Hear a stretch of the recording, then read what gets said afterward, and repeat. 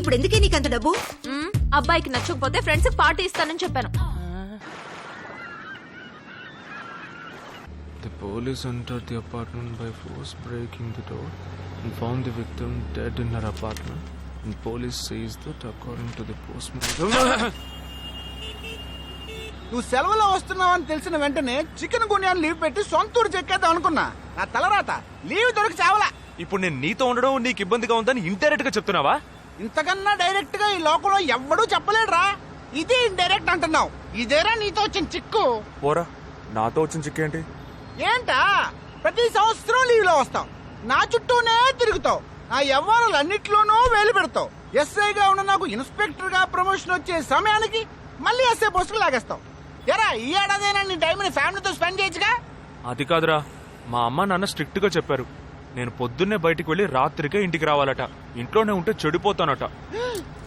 ఎంత అబద్ధం ఎలా ఆడుతున్నావురా? సరే సరే వదిలేరా, నేను మాత్రం నీతోనే ఉంటాను. నిన్ను మాత్రం డిస్టర్బ్ చేయను, ఓకేనా?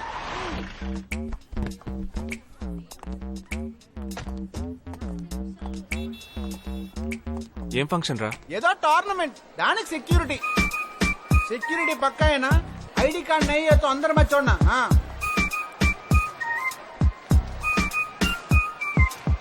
మామా ఫుల్ గా లేడీస్ కాలేజ్, బాంబే అమ్మాయిలు లోపల లోపల ఎంజాయ్ చేయి. పైకి కనపడి ఎక్కువ. ఇది ఓవర్. అవును, నిన్న పెళ్లి చూపులకి వెళ్ళావుగా, ఏమైంది?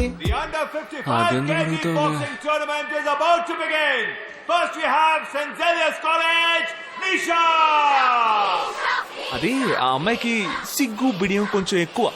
అంతేకాకుండా చాలా సాఫ్ట్ గా.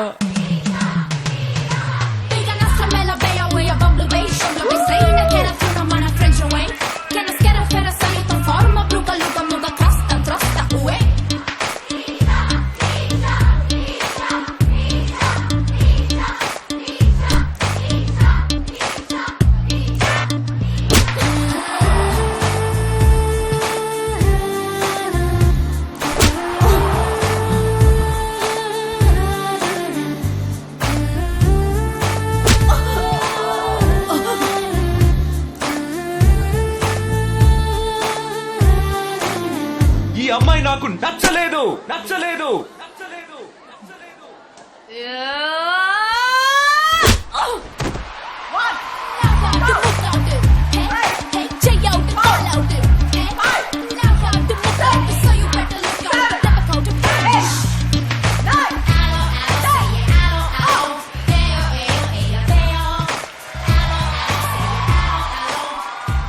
ఇలాంటి అమ్మాయినే కదా నువ్వు పెళ్లి చేసుకోవాలనుకున్నది?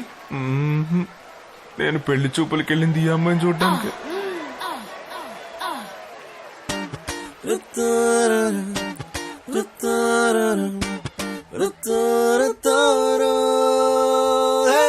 హలో, ఇది నా అర్థం. నేను ముద్దిచ్చుకుంటా, బుజ్జగిచ్చుకుంటా, బద్దలు కొట్టుకుంటా. అది నా ఇష్టం. నువ్వేంటి బద్దలు కొట్టేది? నేనే బద్దలు కొడతాను. Public road. ధైర్యం ఉంటే నాకు ముద్దిస్తావు? అసలు నువ్వే పోలీస్ వయ్యా? బియ్యం బస్తాలు వెనకాల